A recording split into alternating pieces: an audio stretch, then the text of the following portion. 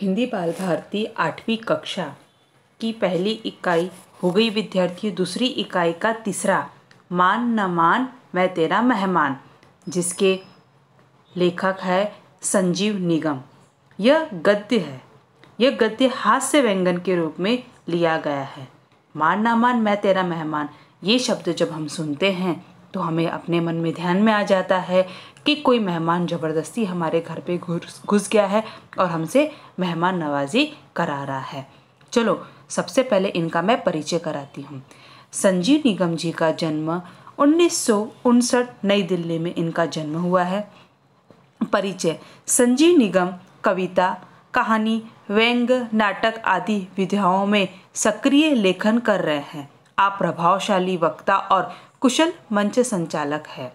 आपने धारावाहिकों तथा कॉर्पोरेट फिल्म का भी लेखन किया है। आप कथा बीम, अखिल भारतीय कहानी पुरस्कार, साहित्य गौरव सम्मान, साहित्य शिरोमणि सम्मान से पुरस्कृत है। आपकी जो प्रमुख कृतियां हैं वो है नहीं अब और नहीं, काव्यांचल, अंधेरों के खिलाफ, मुंबई के चर्चित कवि आदि। गद्य में वो क्या कहते हैं?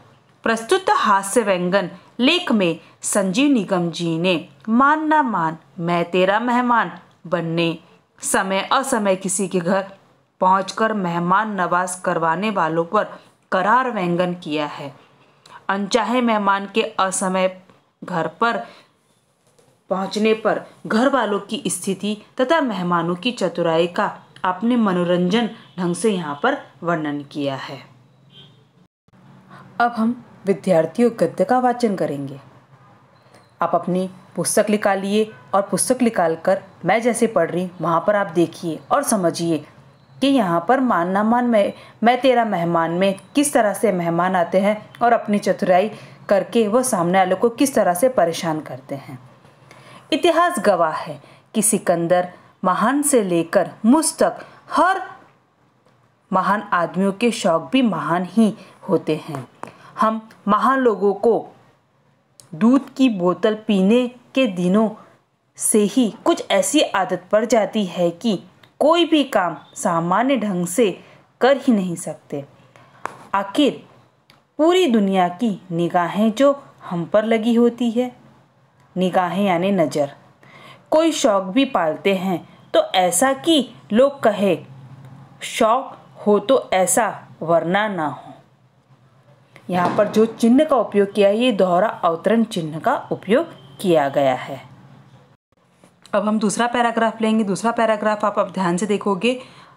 अब महान सिकंदर जैसा तो खामोखा के लड़ाई झगड़ों से ही उसे फुर्सत नहीं थी। यानी कि वो कहते हैं कि हम मेहमान ऐसे हैं, सिकंदर जैसे नहीं है। सिकंदर तो किसमें वो अपना यानी कि खामोखा यानी कि वो बेकार का या बिना मतलब के वो लड़ाई झगड़ों में ही पड़ा रहता था। उसे किसी भी तरह की फुर्सत नहीं मिलती थी जो अपने शौकों को भली भांति पाल पोस सके।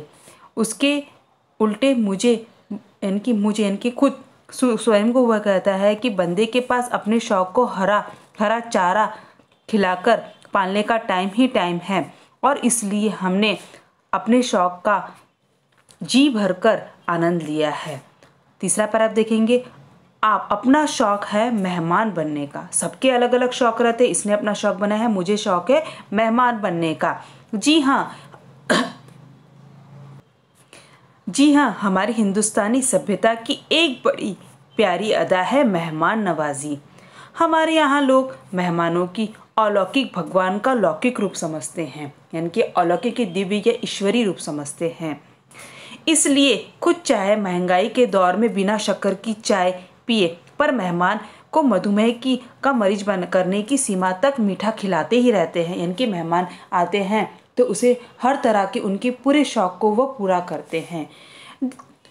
देखा जाए तो हमारे देश में बड़ी फ्री स्टाइल की मेहमानदारी होती है। कोई बंधन नहीं, कोई रोक टोक नहीं। अगर आप किसी के घर रात के 12 बजे भी जाकर चले गए तो अपने मेज़बान का दरवाज़ा पुलिसिया बेशर्मी से ठोक सकते हैं। बेचारा शराफत का मारा मेज़बान सोते से उठकर जी हाथ जोड़कर आपका स्वागत करेगा।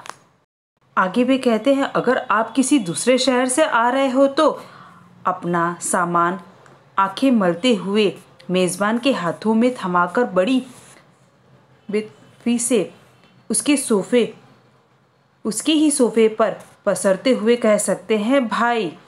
यहाँ पर यह बताया है बेतफी यानी कि बेघड़ यानी संकोच। भाई सीधा स्टेशन से आ रहा हूँ, बड़े जोर की भूख लग रही थी, पर बाहर का खाना खाकर पेट कौन अपना खराब करे। सोचा अपने ही घर तो जा रहा हूँ, वहीं पर चलकर भाभी जी के हाथों का गर्मा गर्म खाना खाऊंगा। और बेचारी भाभी जी नींद से झुकी पलकों के साथ आपके लिए पुरिया तलने में जुट जाएगी। अब तक वे बेचारी अपनी नींद उड़ाकर आपके लिए खाना तैयार करे, तब तक आप मौका का फ़ायदा उठाकर एक झपकी मार लेते हैं। यानी कि इस तरह के मेहमान रहते हैं। विद्यार्थियों, आपके यहाँ भी ऐसे मेहमान आते होंगे जिसे देखकर आपको भी दुख लगता होगा कि मेहमान हमारे घर पर आकर हमें हमारे से यानी कि हमारे घर के सदस्य से कितनी मेहमानगिरी करवा रहे हैं। या हो सकता है कि आप भी किसी के घर जाकर आप भी मेहमानगिरी इस तरह से उठा रहे हैं।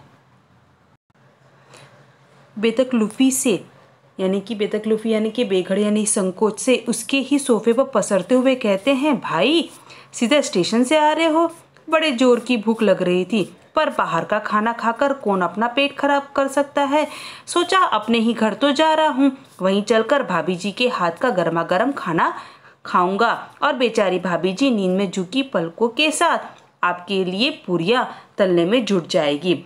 जब तक वे बेचारी अपनी नींद उड़ाकर आपके लिए खाना तैयार कर रहे हैं, मौका उठाकर और फ़ायदा उठाकर मैं क्या करता, एक झपकी मार लेता। यानी कि मेहमान क्या करते, दूसरे के घर पर जाते हैं, मेहमान गिरी तो करवाते हैं और साथ साथ वो आराम भी करते हैं। कहते हैं कि हम कहते हैं कि हमारे समय में अतिथि देवो भव, ये कथन कहाँ तक के सहमत है आप इससे? यानी कि हमारे भारत में मेहमानों को ईश्वर का ही रूप समझा जाता है। हमारे देश में यह परंपरा रही है कि हम अपने अतिथि का यथाशक्ति स्वागत व सत्कार करें।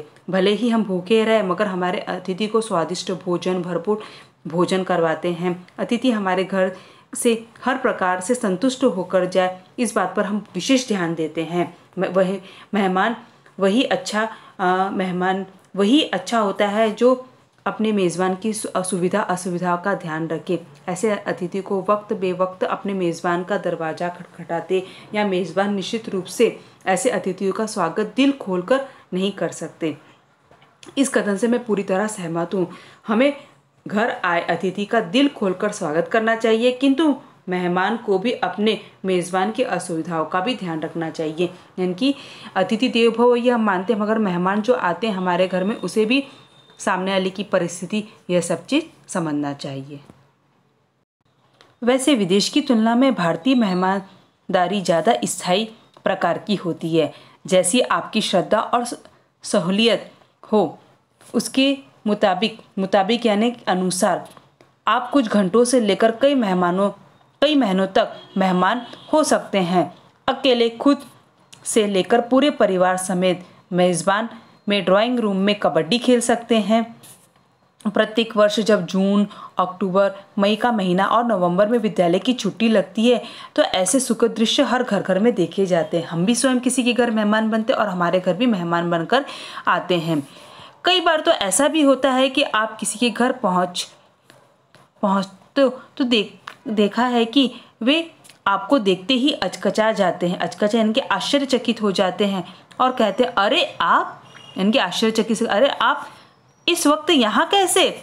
आप बड़ी यानी कि गर्म जोशी से ठंडे पड़ते हाथ को थमाकर कहेंगे, भाई मुन्नी को आपकी बड़ी याद आ रही थी, कहने लगी अब की छुट्टी चचा के यहाँ बिताएंगे, तो बस आना ही पड़ गया। आप लोग कहीं बाहर जा रहे थे क्या? सभ्यता के मारे आपके मेज़बान अपनी और बच्चों की लाल लाल आंखों से बसते हुए होठों पर हल्की सी हंसी सा चतुर्भुज बनाते हुए कहेंगे, नहीं नहीं, बाहर नहीं जा रहे थे। और इसके बाद वे अपने दिल का जो दर्द रहता है वह अपने दिल में ही समेटे हुए और अपने सामान के साथ साथ आपका सामान खोलने में भी मदद करते हैं।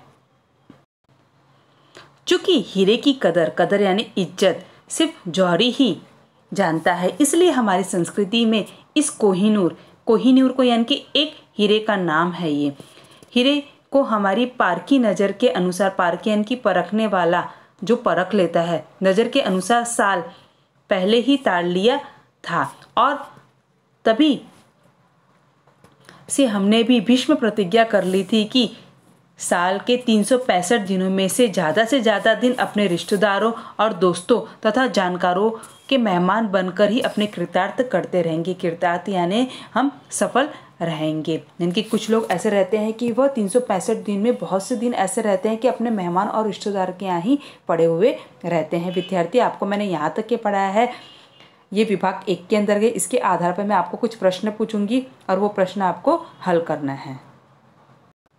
यहाँ पर दिया जैसे सही विकल्प चुनकर वाक्य पूर्ण करें। जैसे कि शौक, शौक, शैक हो तो ऐसा, वरना न। तो इसमें से कौन सा कथन सही है वो कथन आपको यहाँ पर लिखना है। ये 3 कथन दिए, 1, 2, ये 3 दिए, ये तीनों में से कौन सा सही है वो सुधार कर आपको लिखना है। तो आपके अनुसार कौन सा सही है वो आपको लिखना है। ये प्रश्न दूसरा है, हमारे यहाँ लोग मेहमान को अलौकिक, लौकिक और नैतिक भगवान मानते हैं। तो इसमें से कौन सा है तो आपको ये ढूंढना है।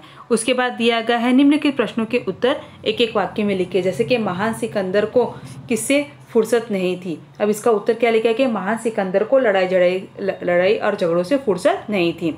हम लोग मेहमानों को किस सीमा तक मीठा खिलाते हैं। तो इसका उत्तर क्या है कि हम लोग मेहमान को मधुमेह का मरीज बनने तक की सीमाओं तक मीठा खिलाते हैं। तो इस तरह से आपको उसके प्रश्न हल करना है।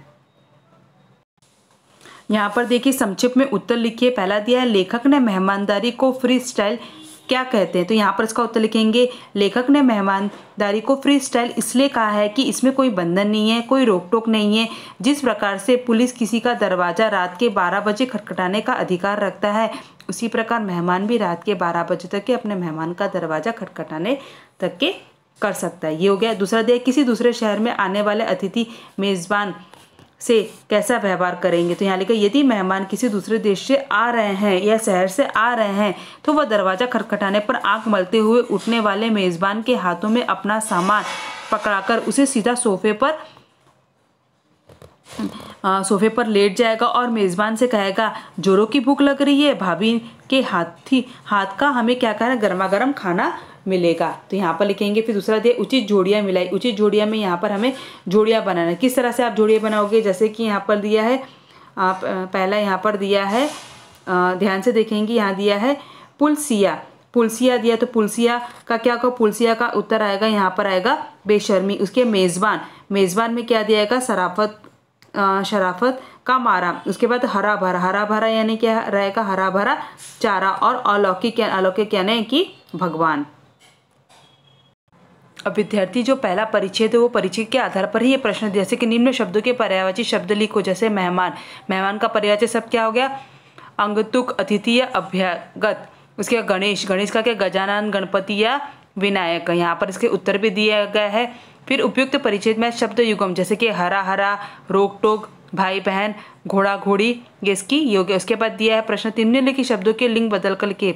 भाई, भाई का क्या होगा, भाई का हम लिंग बदलेंगे तो भाई का क्या हो जाएगा, भाभी। उसके बाद ये घोड़ा, घोड़ा का क्या हो जाएगा, घोड़ी। उसके बाद निम्नलिखित शब्दों के वचन बदल कर लिखिए। जैसे कि फल, फल का दिया तो फल का फल ही होगा। अब कक्षा, कक्षा का क्या हो जाएगा, कक्षाएं। यहाँ पर आपको लिखना है। उसी तरह आपको पूछा जाएगा, सहमत विचार व्यक्त करिए, यानी कि अतिथि देवो भव कथन से आप कहाँ तक के सहमत है। तो यहाँ पर आपको अपने विचार लिखना है। विभाग 1 के माध्यम से मैं आपको इतनी जानकारी दे रही हूँ, आप उसमें से देखकर कुछ नए प्रश्न भी स्वयं तैयार कर सकते हैं।